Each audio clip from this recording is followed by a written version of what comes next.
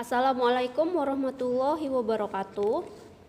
Nah, di kelas 10 kalian ada yang sudah punya ini buku Farmakope Indonesia edisi ketiga ya. Yang punya buku bisa sambil dibuka.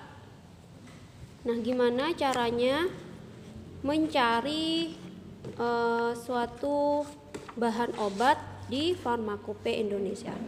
Ya, di sini ada daftar isinya. Daftar isi yang paling lengkap itu ada di bagian belakang. Di indeks. Ya, di indeks ini halaman 997.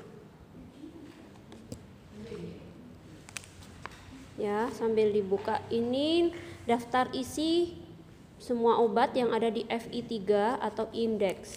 Di depan juga ada, tapi lebih lengkap di belakang.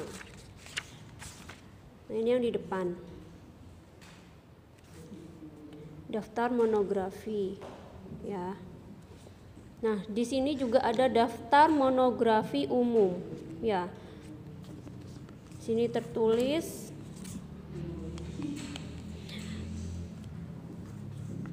aerosol, kapsul, kolutoria, kompresi dan lain sebagainya. Sambil dibuka-buka aja dan dibaca. Nah, di sini juga ada ketentuan umum. Apa saja itu ketentuan umumnya? Di sini sama seperti di buku ya, ada istilah kelarutan ya. Kelarutan, pemberian, zat tambahan. Ya, di sini ada semua lengkap. Yang seperti di buku DDK. Tangas air, tangas uap. Kemudian ini persen bobot per bobot, persen bobot per volume, persen volume per volume ya. Ini lengkap sambil dibaca-baca saja.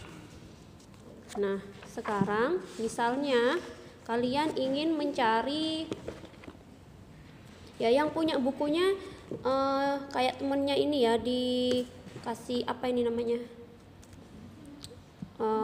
tanda kayak gini lah, apa namanya ibu lupa ini ya. Jadi langsung dibuka di indeksnya. Misalnya ingin mencari asidum ini, asidum salisilicum, halaman 56 ya. Nah, ini asidum salisilicum halaman 56. Jadi biar gampang ya, biar gampang cari perobatnya, jadi bisa di stabilo ya, bisa di stabilo dan bisa ditandain.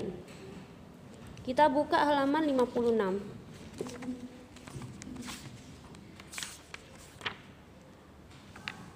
Nah, di sini halaman 56 ada asidum salisilicum dan di bawahnya ini adalah nama lainnya. Ya, asidum salisilicum sinonimnya atau nama lainnya adalah asam salisilat. Di sini ada rumus molekulnya C7H6O3, ada BM-nya, bobot molekul ya. Kemudian ada keterangannya. Nah, yang kalian cari, yang kalian tulis adalah pemerian dan kelarutan masing-masing bahan. Pemerian dan kelarutan masing-masing bahan. Nah, jadi seperti kakak kelasnya ini di stabilo. Ya, pemeriannya untuk asidum salisilicum atau asam salisilat hablur, ringan, tidak berwarna atau serbuk berwarna putih, hampir tidak berbau, rasa agak manis dan tajam. Ini pemerian dari asidum salisilicum. Sedangkan kelarutan dari asidum salisilicum adalah larut dalam 550 bagian air dan dalam 4 bagian etanol 95%. mudah larut dalam kloroform dan dalam ether, larut dalam larutan amonium asetat dan lain sebagainya ya. Jadi yang kalian tulis nantinya di jurnal resep adalah pemerian dan kelarutan serta ini khasiat penggunaan, khasiat dan penggunaan sebagai keratolitikum dan antifungi. Sambil dicari ya, ini apa artinya keratolitikum dan antifungi itu apa? Yaitu contohnya. Carinya di indeks bagian belakang. Nah, sedangkan untuk mencari dosis maksimum ya, dosis maksimum ini ada di daftar dosis lazim dan dosis maksimum untuk dewasa. Jadi ini untuk dewasa ya. DM dosis maksimum di halaman ini 959. Jadi ditandain seperti ini ya. Jadi enak, nggak usah cari-cari lagi, jadi langsung dibuka. Nah di sini ada nama-nama obat atau nama-nama bahan obat yang ada dosis maksimumnya, karena tidak semua bahan obat punya dosis maksimum. Nah, di sini kayak kakak kelasnya ya, dikasih stabilo, acetaminophenum atau acetaminophen bacanya. Acetaminophenum atau acetaminophen itu nama lainnya adalah paracetamol. Paracetamol ya. Jadi kalau kalian mencari paracetamol di FI itu nggak ada, adanya acetaminophenum ya. Jadi kalian penting mengetahui nama lain dari masing-masing obat. Di sini ada penggunaannya analgetikum atau analgetik dan antipiretikum atau antipiretik. Analgetik itu anti nyeri, antipiretikum itu menurunkan demam. Kemudian di sini ada cara pakainya oral ini maksudnya diminum. Nah, di sini ada dosis lazim sekali dan sehari. Maksudnya itu 1 kali pakai, ini 1 kali pakai, ini 1 kali hari. Ya. Ditulis 1 kali pakai, ini 1 kali hari. Tulisnya seperti ini, 1 kali pakai, ini 1 kali hari. Ini juga dosis maksimum sekali, ini maksudnya 1 kali pakai, ini 1 kali hari. Ya, ditulis kalau kalian belum ngerti. Nah, di sini ada dosis lazim dan dosis maksimum, ya beda ya. Ya, dibuka apa itu dosis lazim, dibuka buku DDK-nya, apa itu dosis maksimum. Yang kalian pakai adalah dosis maksimum. Ya, jadi paracetamol itu nggak ada dosis maksimumnya, jadi nggak usah dihitung untuk perhitungan dosisnya karena tidak mempunyai dosis maksimum. Sedangkan yang nomor 3 ini adalah asidum asetil salisilikum. Nah, asidum asetil salisilikum nama lainnya atau sinonimnya adalah asetosal. Ya, asetosal. Kalian dicari di sini di daftar isi asetosal itu enggak ada.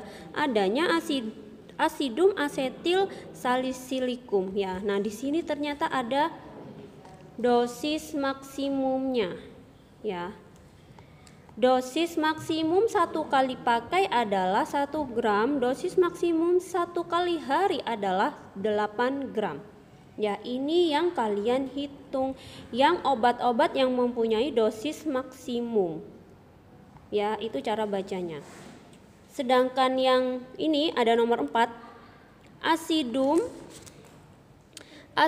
ascorbicum nomor 4. Asidum ascorbicum itu nama lainnya adalah vitamin C. Sambil dicatat di FI-nya. Asidum ascorbicum nama lainnya adalah vitamin C. Itu dilihat di sini. Nah, ternyata nggak ada dosis maksimumnya, jadi nggak usah hitung perhitungan dosisnya karena tidak ada DM-nya ya. Jadi seperti itu bacanya ya. Jadi kalian ketika ada resep, kemudian ketika ada bahan obat, kalian dicari satu-satu di sini. Ada DM-nya enggak? Kalau paracetamol nggak ada DM-nya berarti nggak usah dihitung. Kalau vitamin C nggak ada DM-nya berarti nggak usah dihitung. Yang dihitung adalah ini acetosal. Nah ini berarti dihitung.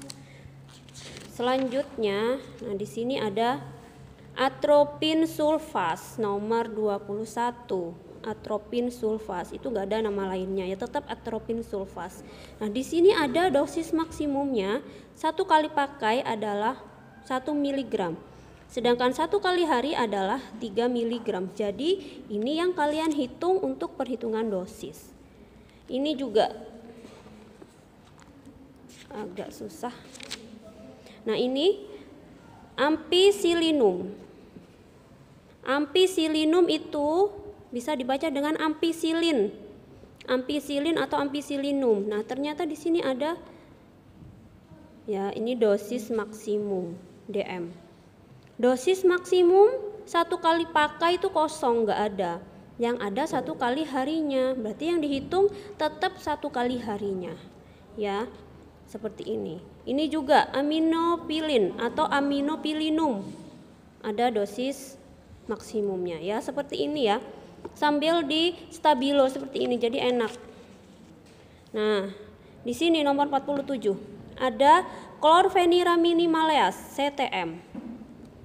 CTM itu nama lainnya adalah kepanjangannya adalah chlorpheniramine malease atau maleat.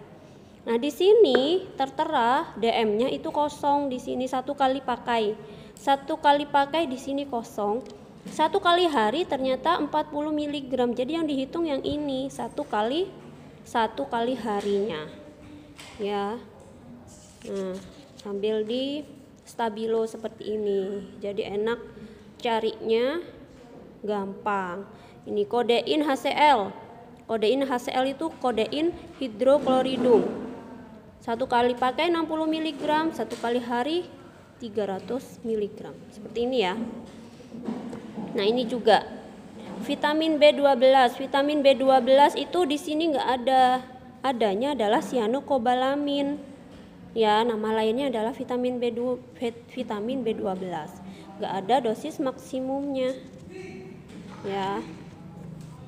Jadi seperti itu, buka FI-nya atau membaca daftar isi dan dosis maksimum yang ada di FI, dicatat. Sekian